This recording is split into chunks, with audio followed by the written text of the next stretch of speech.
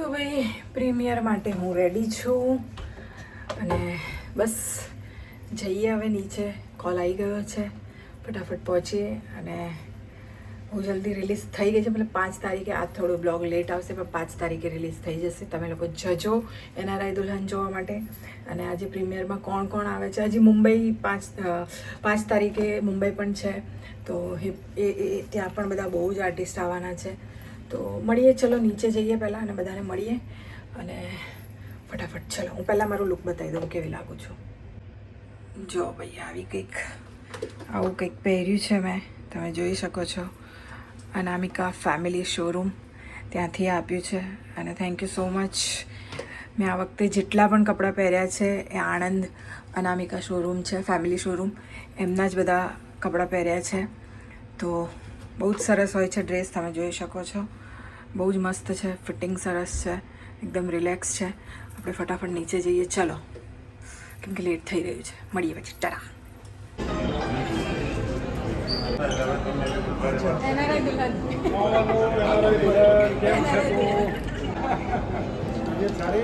Yes અહીંયા અમે બી બહુ મિસ કરી રહ્યા છે. કેનેડામાં ભદ્રેશભાઈ છે.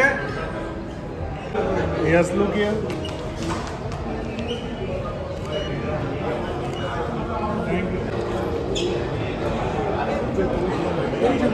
so good to see you.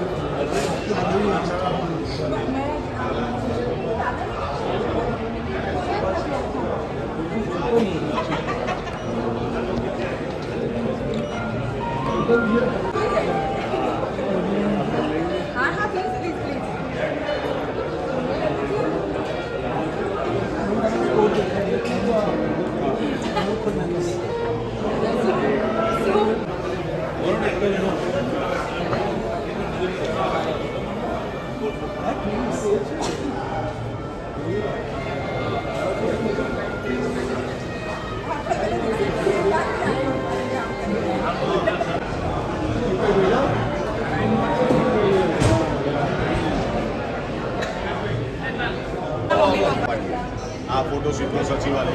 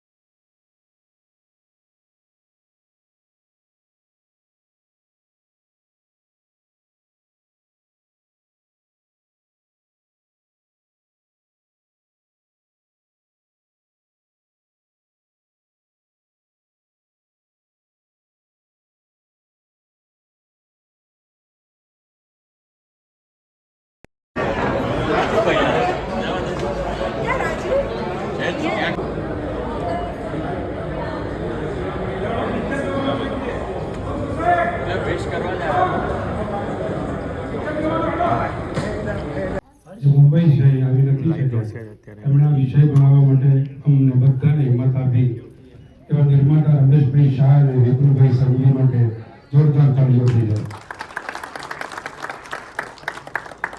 આ ફિલ્મનું કથાબીજ કથા લખવા પાછળ, ફિલ્મના નિર્માણ પાછળ અને મારી સાથે એસોસિએટ ડાયરેક્ટરમાં સાથે રહેનાર ફિલ્મના લેખક, દિગ્દર્શક અને મારી સાથેના દિગ્દર્શક ભરત મહેતા.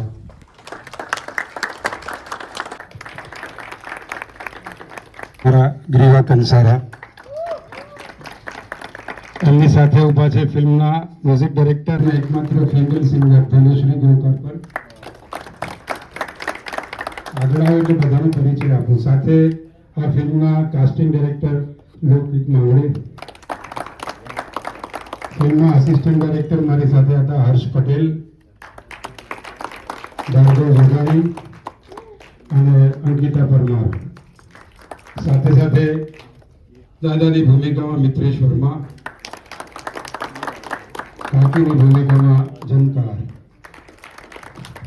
ને આ પિક્ચરના ડાયરેક્ટર રફીક ખાન. અને જે એને મહેનત કરી છે, જે આખા પિક્ચરમાં એક પણ શબ્દ કોઈ પણ કલાકારને બોલ્યા વગર, ગરમ થયા વગર એકદમ શાંતિથી જે કામ કર્યું છે, આવા ડાયરેક્ટર કદાચ મેં મારી જિંદગીમાં નથી જોયા. એ બધા એને થેન્ક્સ કહેવું પડે. સાથે સાથે અમારા માર્કેટિંગ સાથે જોડાયેલા મિત્રો પણ બધા આવી જાઓ. ત્યાં ફિલ્મનું માર્કેટિંગ કરે છે ધર્મેશ. તમને પિક્ચર ગમ્યું હોય તો હા પાડજો, ના ગમ્યું હોય તો જે રિવ્યુ આપશો એ બારું રેકોર્ડ કરીશ. Thank you very much.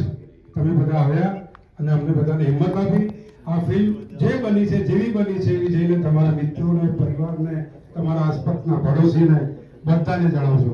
Thank you very much. શુભરાત્રિ. અને સારી આ રેકોર્ડિસ્ટ તરીકે મારી સાથે કામ કરનાર આયુષભાઈ પણ ખૂણામાં ઉભા દેખાય. અને આયુષભાઈ હાથ ઉપર કરતો યાર.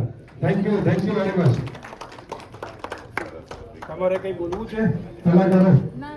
Thank you very much. હવે ઓડિયન્સ બોલ. તો ભાઈ હું ઘરે આવી ગઈ છું. પિક્ચરનું પ્રમોશન ને બધું જ બહુ સારી રીતે થયું અને બહુ મજા આવી.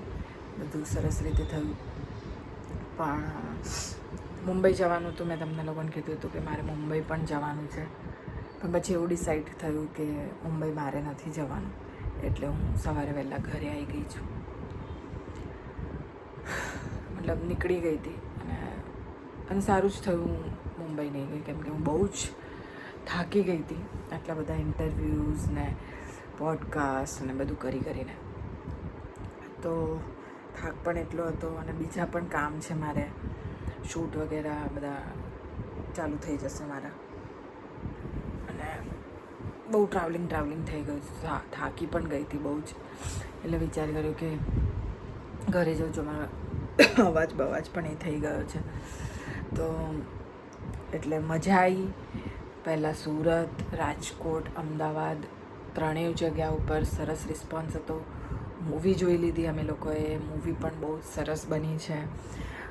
અને મારા સીન્સ બહુ સરસ છે. હા, અમુક સીન કપાઈ ગયા છે મૂવીમાંથી, કેમ કે લેન્થ વધી જાય એટલે થોડુંક આમ તેમ થાય, તો થોડાક સીન કપાયા છે. બટ આઈ એમ હેપી મારા કામથી જેટલું પણ છે.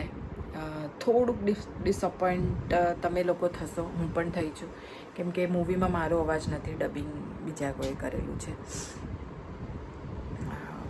સારા એવા એક્ટર છે, છાયાબેન, એમણે કર્યું છે મારો અવાજ ડબિંગ. બટ પોતાનો અવાજ હોય તો એ પોતાનો જ છે. અને મારા અવાજનું એક આઈડેન્ટિટી છે, એક અવાજ મારો ઓળખીતો છે. લોકો એ અવાજને જ બહુ જ એપ્રિશિએટ કરતા હોય છે. અને મારો અવાજ ના હોય તો પણ એ રીઝન હતા. હું હતી નહીં અહીંયા. હું એ વખતે મારું શૂટ લંડનમાં ચાલતું હતું, તો ડબિંગ નહોતું થયું. તો તમને થોડુંક ખટકશે મારો અવાજ નહીં તમને એ લાગે એટલે. પણ કંઈ નહીં, ચલાવી લેજો. આ પિક્ચરમાં તો નથી, પણ નેક્સ્ટ પિક્ચર મારી ફરી આવી રહી છે. ફરી એક પિક્ચર આવી રહી છે આવતા મહિને, તો એની પણ હું અપડેટ તમને આપતી રહીશ. જુલાઈમાં આવી રહી છે લાયક ના લાયક. એનઆરઆઈ દુલ્હનને તો તમે પ્રેમ આપશો જ, મને ખબર છે, પણ લાયક ના લાયકને પણ એટલો જ પ્રેમ આપજો. એ પણ જલ્દી આવવાની છે, તો એની પણ હું અપડેટ તમને લોકોને આપતી રહીશ. બસ હવે શાંતિથી 1-2 દિવસ ઘરે રહીશ અને પાછા બીજા જે શૂટ પેન્ડિંગ પડ્યા છે એ બધા પતાવીશ. તો મળીએ છીએ નેક્સ્ટ શૂટ પર. જીતુ મંગોના કે જે પણ હશે એ પણ તમને અપડેટ આપતી રહીશ. અત્યારે હું બહુ જ થાકી ગઈ છું, તમે મારા ફેસ ઉપર જોઈ શકો છો થાક. તો બસ ટ્રાવેલિંગ બહુ થઈ ગયું છે, તો હવે 2-3 દિવસ તો હું ઊંઘીશ અને મળીએ છીએ પછી. ઓકે, છડા.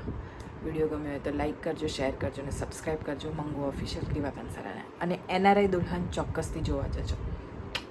5 તારીખથી આવી ગઈ છે. તડા.